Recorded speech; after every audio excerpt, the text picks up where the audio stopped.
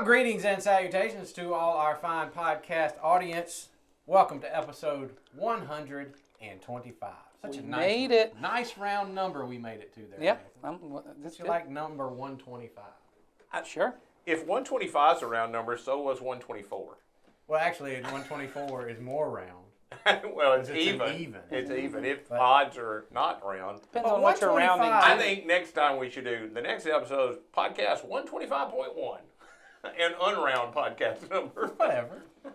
I'll start making up numbers. Then we'll have no idea where we are. So, all right. Well, welcome wherever we are. My name's Jason. This is Ed, Nathan over here. We are part of the teaching team here at Community Christian Church.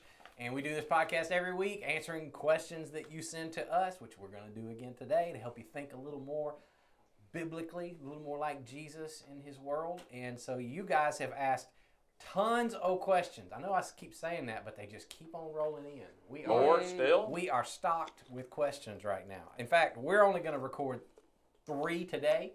We're going to record the next 3 all in one sitting. All right. But I could have probably recorded 7 today. I could not have. No, not physically. I meant there's a possibility. We have enough questions to get to that, but no, we're not doing that. I am not interested in that. No, 3 is about all I can handle. I agree with that. All right, that's all of it. Unless the conversation's as good as this. Oh, this is good? I wouldn't have called this good yet. Just wait till we get into the questions. Oh, okay. But today, we're actually going to put 2 questions in one podcast. We rarely do this. This is a different one for us. But because the topic is the same. I've got 2 questions on the same topic, and they're both from an double-sized issue. This was good back when I was young and reading comics, because sometimes you got a trading card with them. So no trading card today with this one. No, sorry. Just 2 questions. All about the topic of heaven. Heaven, that's a good topic. We're going to talk about heaven a little bit today. There you go. And they're both from Anonymous. And I will say, if you want us to know, do you know if it's the same Anonymous? I don't. Okay, that'd be really hard to know. Anonymous is anonymous. I would want to know how you track it down. The definition of anonymous does not mean they're maybe you're equal. keeping it from me. It just means I don't know who it is. Okay. I'm guessing it's from 2 different people. I thought maybe they had said, "Don't tell Ed." No, they just don't say it all. But that's okay. We'll answer your question if you're anonymous. I just like to call your name out every now and then, which I have a non-anonymous question coming next week. Good. Excellent. I hardly wait. Little teaser. Okay, here we go. First question about heaven. I know you guys don't know for sure, which is always a great way to preface a question. Because now we can say whatever we want to say. That's right. I love that. Thank you so much. And just remember, we didn't know for sure. We don't know for sure. Yeah. So they said, I know you don't know for sure, but I would love to hear your thoughts on where heaven is. The Bible seems to allude that it's above us, in the sky. I have heard some scholars say they believe it is a dimension of life here on earth. But what do you all think? And they do a sort of a follow-up. Also, I want your thoughts on what it's going to be like. Are we going to work, have homes, need sleep, etc.? I like that they say, I've read some learned scholars. What do you bozos think about this? I don't think they're right. What do y'all think? No, I assume they think the scholars is right. Let's just get you guys to throw your No. What they think is that we're smarter than the scholars. I don't think that's what they're saying. Jason is giving them the benefit of the doubt, and you are not giving them the benefit of the doubt. How is one of us giving them the benefit of the doubt? Jason is... You seem highly critical. Of them? Yeah, I think so. I'm highly critical of us. I think he's critical of us. That's what I think. Now I'm a bit... Jason is giving us the benefit of the doubt, assuming that everyone would assume we are so brilliant, we don't even need a degree. Okay. We don't even need a degree. Hey, wait a minute. We got degrees now. Not scholarly degrees. No, go that far. We got degrees. More than some people. That's right. Okay. Come on, man. All right. Don't throw me under the bus completely. Jason's in school right now. That's right. Yeah. No, well, not right now. But I ain't learning about this. I'll tell you that. So, all right. Here was my first statement that came to my head that I thought I would put down, and I'll let you guys go with it. All right. Here's my first topic of discussion. Heaven is not a where. Heaven is a who. That's good. Y'all riff on that a little bit. I guess we have to agree with you if we're going to riff on it. I think you do. Okay. I think I've heard both of y'all say something to this effect in my presence. Yes, I think that's true. Yeah. So I think we all agree on that. Right. So heaven is living life with God, and Yes. in what most people refer to as heaven, as far as being the afterlife. That's how I hear most people Yes. say heaven. That would be uninterrupted life with God. There is absolutely no separation. It is me fully in the presence of God, but Jesus, in coming to earth, brought heaven with him because he is God in flesh. And so the kingdom of heaven, the kingdom of God is life with God. And there is a way in which we experience that here and now. And so, I don't know that I would use the word dimension, but I think there's nothing wrong with the word. They said, what did they say, the scholars, the learned people They said? believe that it is a dimension of life here on earth. Right. Well, yeah, I don't know if I would say even here on earth. It's Yeah. just a that would be two different dimensions, right? Yes. That we exist in one plane of existence, which is what we would call physical reality or earth, but there is a spiritual reality. There is a life, and it overlaps with our life here. And there is a way in which, and we see this in Jesus, that Jesus existed both in the physical reality of earth, but fully also in the presence of God. That he is the first human being to fully inhabit both heaven and earth at the same time. So when he invites us to live the with God life, or life, he called it life in the kingdom. He also called it eternal life. Yes. It is to exist in both of those realities. Now the problem is, because we have we are sinful. We have lived with really only knowledge of this existence for so long. It is hard for us to fully inhabit both of those. And that there is a way in which, once we have passed from this physical reality, we then fully inhabit life in the kingdom, life with God, if we choose it. Yes. So that's my riff on Jason's statement. I do think the highlight of heaven is going to be God and Yes. uninterrupted life with God. I take it the person is asking, well, they're not here to ask, so I'm going to take what I got out of the question, is where is heaven as a final destination after life? Mm-hmm. Where is that? And, I've had a whole bunch of different views through my life. I'm probably settling into a view. I don't want to say that because I'm not settled on it yet, but I don't know what happens between. I'm not fully locked in on a position of when you die, are you in heaven if you're a follower of Christ at that moment? Or does the final city of God, when it comes down to earth, is that the moment that what most people think of as heaven, which I just said something most people, but there are people that don't agree with. Sure.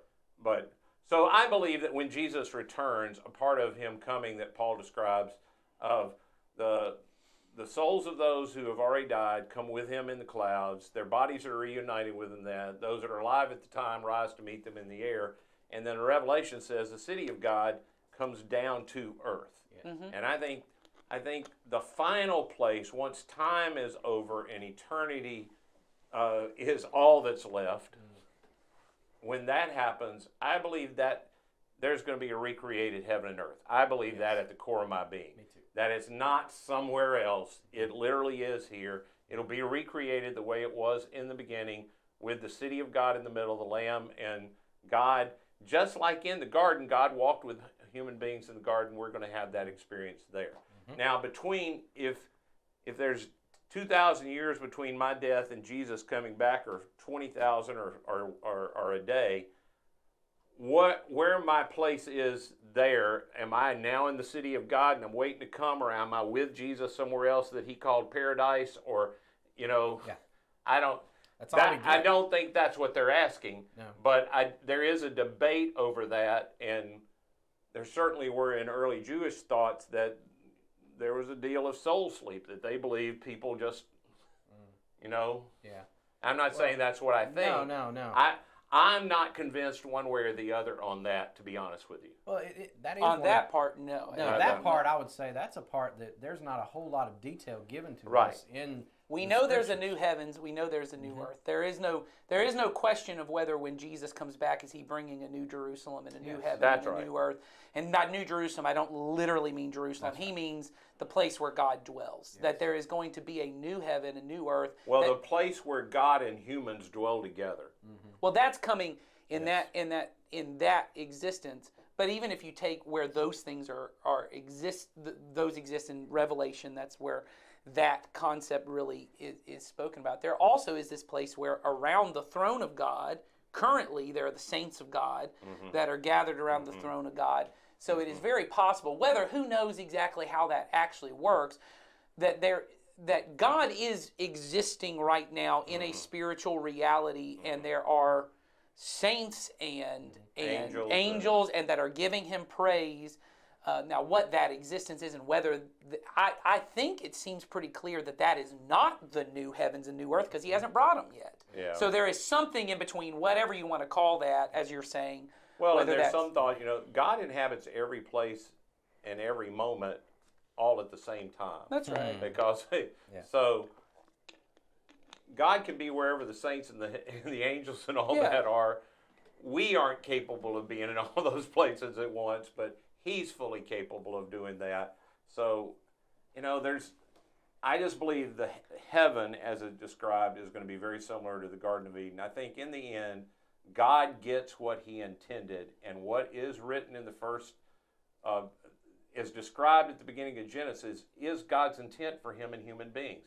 He was creating a world where human beings and the Godhead could live together. Yes. He wanted a place, a temple, where we could meet, where Yeah. we could be together, and that's this planet, this place that we exist on.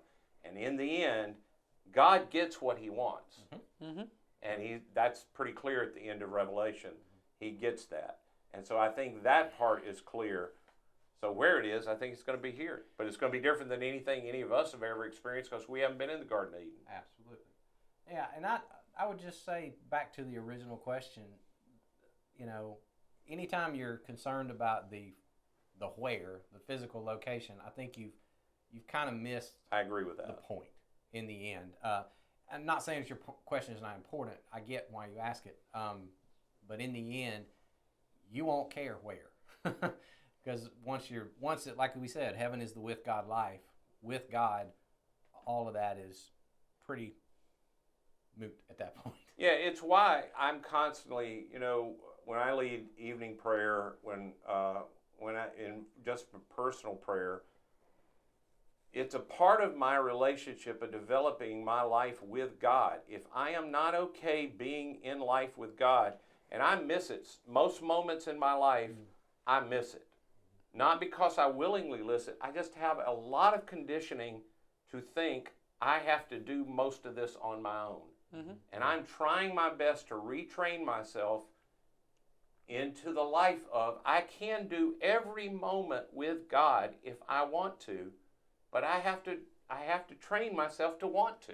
Well, and part of what we're doing here in this life is, like you said, Ed, we are training ourselves to live the with God life, because our eventual destination is we will be in a state such that we won't be able to miss That's right. the presence of God. And that's why, and we'll get into this in the next question we're going to talk about, but the truth is, people who do not train themselves and want more than anything else in this world to be with God, they're not going to be there, because that's not what they have. That's not their heart's desire. That's right. And so when we're in the eventual place where we eventually will wind up, there's you won't have that struggle that Ed just That's described. right. There won't be a moment where I will miss. The presence of God will be so tangible, and I can't even describe it, but it's so tangible and so present that I will see him, I will be with him so fully that I won't ever miss it, and every moment will be done in his presence and power. And that's the eternal life Jesus talked about. Yeah. That's what he lived in. That's what Nathan just talked about. And that's the reason, people struggle with sin in heaven and sin in my life, and how much does it keep me from God? The truth is, it only keeps me from God in that there are things I just don't want to do in His presence, so I willingly convince myself He's not around. That's right. It's like things that when you were younger, you wanted to make sure your parents weren't around. And even if they were around, you convinced yourself you had hidden well enough that they wouldn't know about what you had done. And you convinced yourself it just didn't matter in your relationship. But it does. It puts distance. So the reason to get rid of the way I talk to people and the way I think about people and the way I react to people, those things that put barriers between me and people also are putting barriers between me and God. I want to rid myself of all of that because I want to do every moment and every encounter with God because it's practice for what I'm going to be doing for eternity. I want to be ready for that. Yes.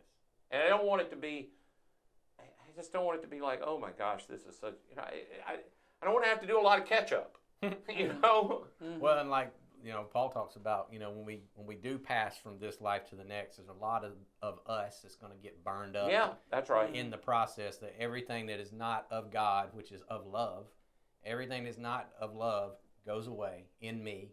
And I don't know what that looks like, but I know there's going to be a lot of work done to get me prepared for that. But I don't want it to have to be such a big deal. Right. I want to do my part in trimming all of that junk away so that it is much more of a seamless transition. Well, it's come to the place in my life, and I think it was today or one of the days recently with my group of guys in discipleship that I said, I'm finally at a place in my life that I do realize everything I do that is non-loving, I eventually don't like it. It becomes really clear to me, it harmed me as much as the person I didn't do love for. That it chips away at who I want to be. That hasn't been true of me my whole life. There are many, many things that I have done unloving to people that I thought at the time served me well, helped me get where I wanted to be, was just the kind of thing that needed to take place in the moment.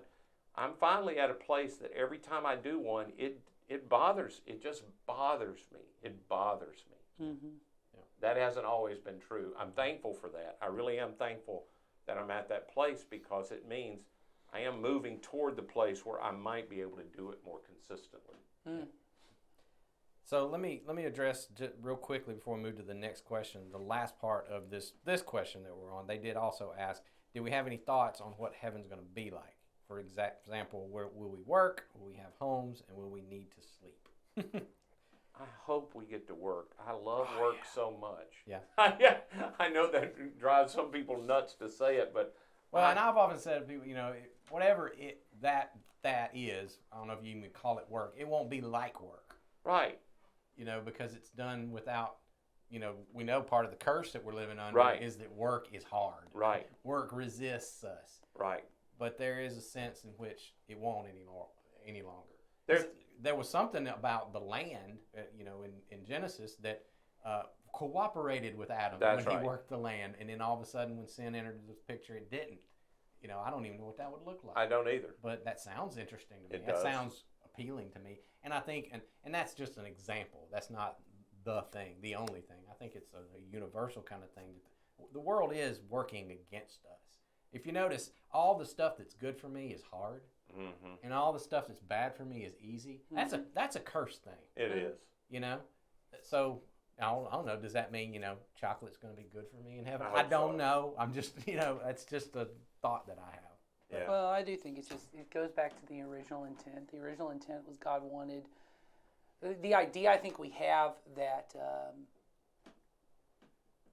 Genesis never says the world was perfect. Yeah.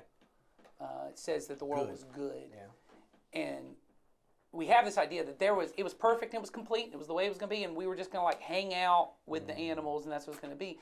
The picture that's in Genesis is that the world was good, and God put Adam there to work the garden and to take care of the animals. And if we're getting back to some kind of original intent, God is creating a new heaven and a new earth, and it's going to need creative force and we're going to build things that weren't there.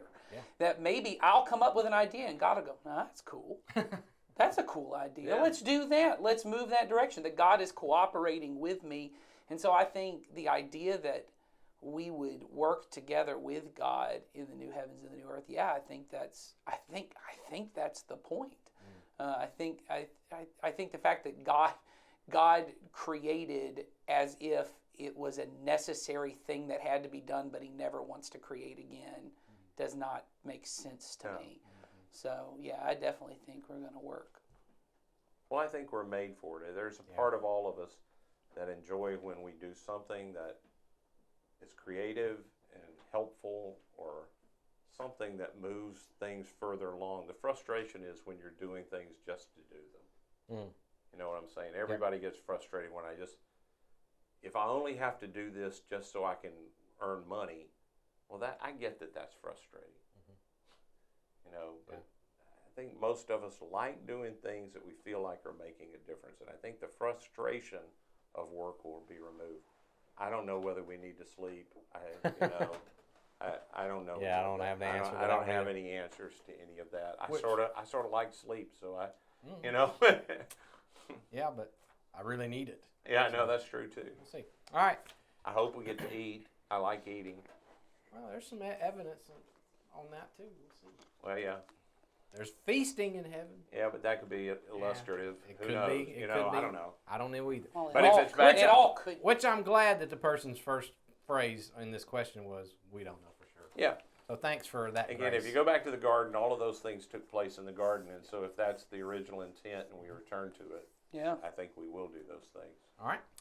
Second question on heaven. Person wants to know, again anonymous, but person wants to know, will we know who isn't in heaven? I know sadness won't be an emotion that we feel there, but it seems that knowing that a loved one isn't with us would be very upsetting. I don't know that sadness is an emotion we won't feel there. Well, because the only example I know is what I assume people take that from is when it says that He will wipe every your tear. tears away. But that is written in the context of a story where people are being martyred and are suffering. And the way I read, He will wipe every tear from our eyes, that God will be so close, His comfort will be at this level. Because to assume there is no sadness in heaven is that God is never sad. Or that the only things that make God sad are current sin that is happening. Do I think God will be sad in heaven that there are people that He created and loved? Does God wipe those people? Because I get the question says we may not know. Do we think God doesn't know? And if God doesn't know, is God not sad? So my point to say is I don't know that sadness is a bad thing. I think we often... There is such a thing as godly sorrow. Well, that's what I mean is I don't know, So to say that is God going to remember that on earth there were people He created and He loved and they didn't come, and is that going to make him sad? I think it probably will. Will we then be, if God then exempts us from that knowledge, is that because that knowledge is damaging to us and He doesn't want us to have it? That's my only... when you said, I know, I'm assuming you were reading their question. I was reading their question. I know sadness won't be an emotion we feel. I don't know that the Scripture explicitly says sadness is an emotion you won't feel. It says He will wipe every tear from our eye. Yeah, well, in the next part of that verse, that's why I grabbed the Bible there. I just wanted to read it. The next part of that verse does say, death, sorrow, crying, and pain will have passed away. So, again... could be illustrative, but it seems pretty clear in what John writes there. I think once we get to the place of what Paul says, we will know as we're known. What we currently can't understand of how could I do this without a person that I love, and wouldn't it be terrible for me? I agree 100%. I don't know how that could possibly be true. But I also don't understand things the way God understands them, and understanding that the person that I love got exactly what they wanted. Well, that was part of the discussion I wanted us to have, because I think it puts it into some perspective. Because I think you're both right. There's not clear how that's going to work in us when we are in the eternal life that we're headed for. But we know people who are excluded from life with God are people who wanted to be excluded from life with God. In the end, like you just said earlier, that God gets what He wants in the end. God also grants us what we want in the end. Yeah, we get what we want. You know, and if someone, that's why I say, you know, nobody is going to be in heaven that's just like, you know, Right. why did you do this to me, God? I can't stand you on earth. You made me come to this place. Why in the world would God do that? That's not loving. So that may help you put that into perspective just a little bit.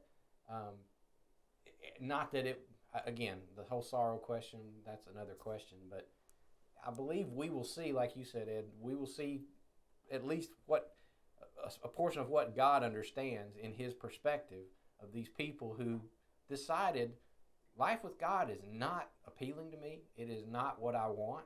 And it, you know, so heaven for those people would be hell. Well, and I think we ignore the fact of, you know, I've now been a follower of Jesus for 40 years, and it's really amazing to me, even to me myself, of how different I am after 40 years of walking with Jesus.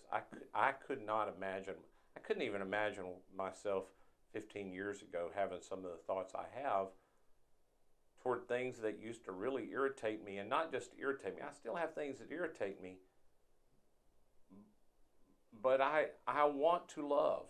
I genuinely want to love people, and that hasn't always been true of me. That hasn't always been true of me, but the choices I made to follow Jesus over time have an impact. What I don't think anybody deals with much is the choice not to follow Jesus over time has an impact. Yeah. And people carry around this idea to them that if it's just about going to heaven, and I make a decision to go to heaven, but I become the kind of soul that just wouldn't want it. No matter how good it would be for them, they just wouldn't want it. And you are making decisions every day as I choose to be bitter instead of forgive, as I choose to judge other people and their motives instead of having conversations and choosing to move toward them in love and that. I become the kind of soul that over time is shriveled up toward people in God. Mm-hmm. Yeah. We just don't think about that enough. Yeah. And and it comes to the point. I think everybody, you get what you want. You get what you want. And even if at the end of your life you've chosen one way, it's why when I hear stories about people like the near-death experiences where there are people that have been atheists, but then in the last moment they see something and they say, Jesus, help me. I think Jesus is ready to help you. Oh, yeah. Mm-hmm. But I also believe there are people that on their dying bed see something and go, I don't need anybody to help me. Mm-hmm. Yeah. Now, Now, some people don't believe that. I totally believe that. Oh, sure. Yeah. Well, and I think when you experience that, yeah. So no, I don't have anything to add to that. I think I was gonna say something, but I don't have anything to add with that. I don't know if that goes. I mean, I agree with you. I think we'll know. I don't know. I'm trying to get back to I the can't question. imagine we won't know.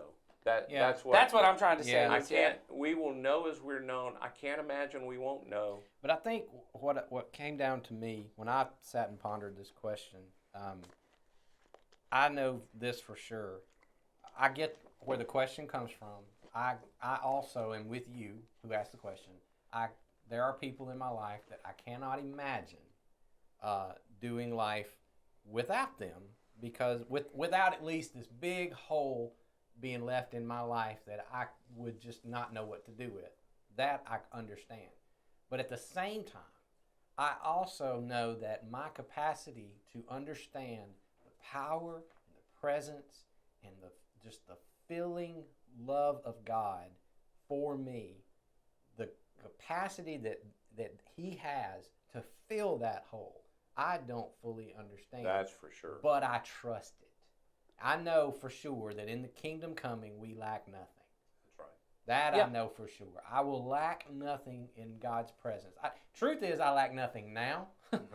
It's just like we've been saying, it's my capacity to learn how to lean into that life and trust Him. But in that life, I know for sure I will lack nothing. And so if you are concerned with going to heaven, I don't even like using that term, but being in the presence of God in eternity and feeling loss, don't worry about that. Right. That's right. I don't believe that's going to be a part of what you experience there. Well, and also the converse of this is it would be better for me to be in denial in heaven than to know the truth. It would Yeah. be better for me that somehow God thinks it would be better for me to live in ignorance in heaven and that's really just a thought we carry over from this place of It is. it would hurt me so bad I'd just rather not know. Yeah. I'd just rather not know. Well, I understand that. Mhm. I do. I understand that because I can imagine scenarios that would hurt me that way. But like you said it very well. I think the thing you said there at the end, Jason, is really true. Is that we'll lack nothing. I think what is hard for us is to imagine that feeling sad about something could be part of wholeness. Yeah. That we think wholeness means I don't all the sad things get that get taken away. That it may be possible that God, who also feels sadness, is completely whole, and He doesn't have to wait for sin to get to be removed to be fully whole. God exists fully whole now with sadness in the middle of it. That I think when you look at it that way, when I exist in heaven, will it be? This is the way that Paul says it of the things. I can't even remember now. The future glory, our present sufferings will not be worth mentioning. Doesn't mean we don't know they exist. Doesn't mean that even at times I don't go, oh yeah, that was rough. And there's it doesn't mean that the sadness just disappears. It means that it gets weaved into this greater wholeness, that somehow all the brokenness I experienced in my life, it's not like I never experienced it. It gets weaved into this wholeness. As you said, I'm going to know things I didn't know. I'm going to do that. I think that whatever we experience in heaven, even if sadness is part of it, I think sorrow is a different thing than sadness. I think You're right. sorrow is a level of hopelessness, that what you were talking about with loss, that goes, I could never be whole without this person. That's sorrow. Whereas there's a sadness that goes, man, I wish It could have been another way. that there are ways in which I lose someone in this life and I'm sad about it, but I can still experience the wholeness of God. I can grieve through that, and I can still experience the wholeness of God. I think in that sense, when we see that, like we've said, I think you're going to know whether you experience sadness over that or not. I think the number one thing you know is you're going to experience wholeness. I think a lot of it has to do with perspective as well. Like Yeah. you just alluded to that. And I'm thinking about, while we're recording this, I haven't preached it, but when you listen to this, I will have just preached a message where part of the illustration that I'm going to use to in that message is when scriptures tell us our life is like a mist.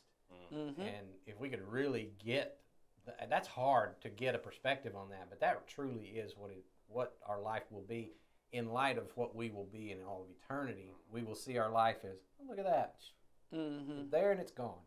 Everything that got packed into your life is like that. Mm-hmm. And you'll see it for what it is.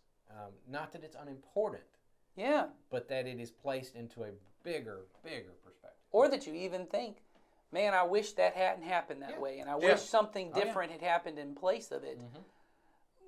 But that it's all weaved together. I think what's hard for us to even imagine is how whole Jesus is with wounds still in his hands. Mm-hmm. Yeah. That we would imagine a Jesus who came back in a new body with no holes and no memory wounds, of the suffering. no memory of the suffering. And it's hard for us to imagine a God who, I was reading this story to my kids the other day in the flood story where it says, and you can, all different kinds of translations have translated, but either he felt sorry he had created human beings, he regretted having made human beings, he repented, all of those things, because in our minds, those are weak human flaws. But there's a way in which God experiences wholeness. I think that's the beauty of it, is I don't have to know what it's like. What I know what it is as you alluded to in Psalm 23 and all these things, we will lack nothing. That these things that I look at and I go, I can't imagine life without this. You even said chocolate. I can't imagine life without chocolate. But you won't if we don't have chocolate in heaven, you won't even. You won't miss it. Yeah, you'll look back and you'll go, oh, whatever this is, and that's hard when it comes Maybe to. we're going to get manna and we're going to go, man, This- nah. What were they complaining about? We'll This see. stuff is great, but Find out. whatever. I think regardless, Manna banana pudding. it all gets weaved together. And as you've said, we're speculating on most of Yes, this. So. and Ed's off on banana pudding, so that's a good place I to love stop. banana pudding. Evidently, so y'all send him some. But anyway, we will be back next week. We got a special episode next week. We're gonna do something we have never done before. So tune in next week. Find out what that is. All We'll see right. you. Bye.